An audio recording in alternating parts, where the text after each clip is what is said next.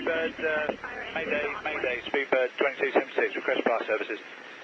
Speedbird 2276, heavy fire services are on the way. Speedbird 2276 heavy, we are evacuating on the runway. We have a fire, I repeat, we are evacuating. Speedbird 2276 heavy, roger. Hi there, it's Rachel here at Practice ICAO English, and in the high stakes world of aviation, clear communication is everything. When a fire breaks out, every second and every word counts. The language used by pilots, air traffic controllers and emergency services must be precise and clearly understood. Today, we're breaking down the critical vocabulary to talk about fire in aircraft accidents. First, you'll learn the specific words to talk about the fire itself, the smoke and the flames. Second, the terminology for the fire service's response and their equipment. And finally, you'll hear fire vocabulary in real ATC communications. When a fire is first reported, the description of the smoke is vital. We don't just use the word smoke, we use more specific terms. Look at this image. The smoke is clearly thick or dense black smoke, indicating a fuel-fed fire such as jet fuel. Fumes are a sign of burning plastics or composites. And when smoke rises dramatically, we call it billowing smoke. Next, let's talk about the flames. The fire itself can be described using powerful adjectives. This photo shows a raging fire with intense heat.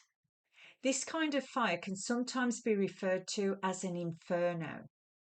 If the entire aircraft or a large section of it is covered, we say that it is engulfed in flames.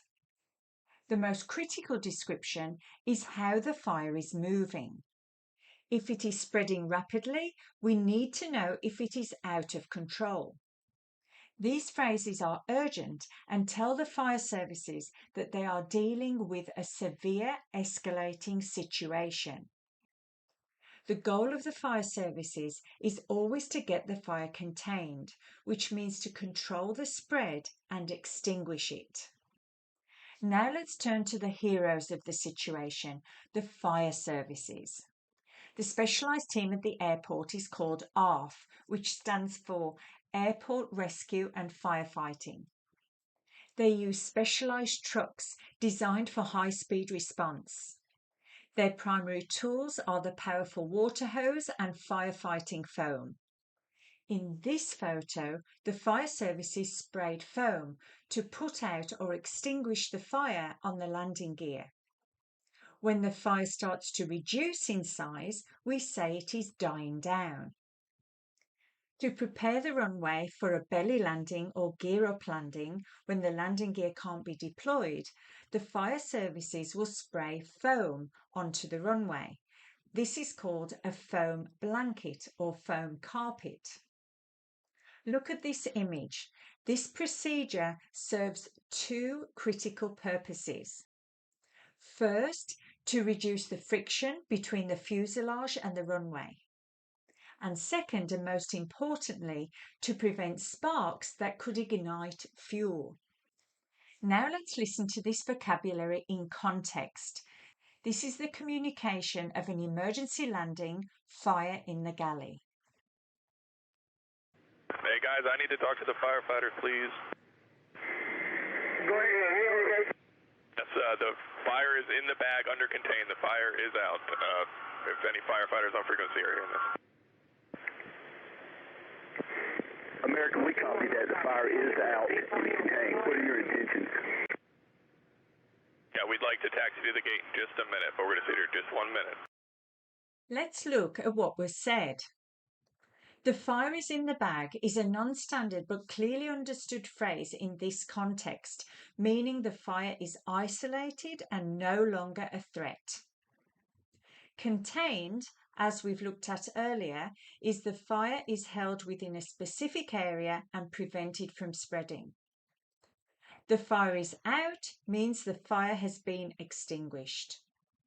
And intentions is what the crew plans to do next, Now let's listen to another communication of a fire on American 3023. American 3023, wind, calm, runway 34 left, clear for takeoff. American 3023. 23 is boarding on the runway. American 3023, roger. American 3023, there was some flames. Looks like the smoke's kind of dying down a bit. And you are actually on fire. American 3023, I do see an active flame. It's smaller than it was. American 3023, the fire trucks are leaving the station now. They should be there in about 1 minute.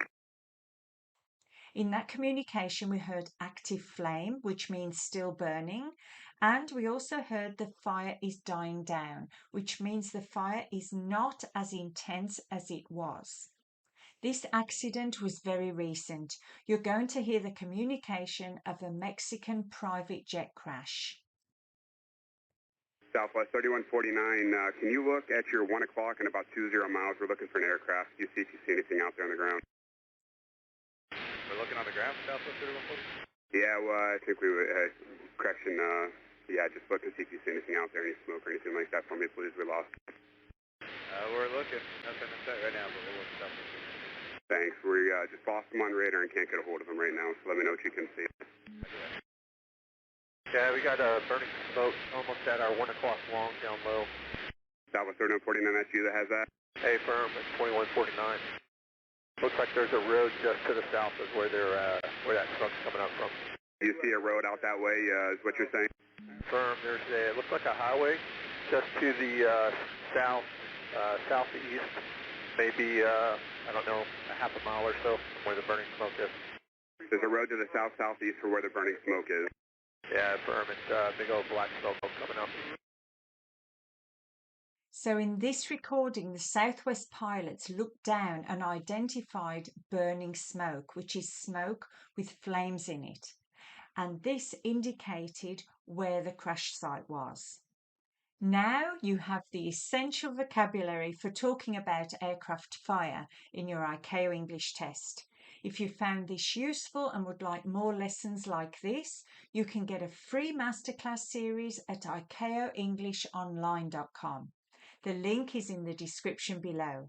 I look forward to seeing you in the next ICAO English class.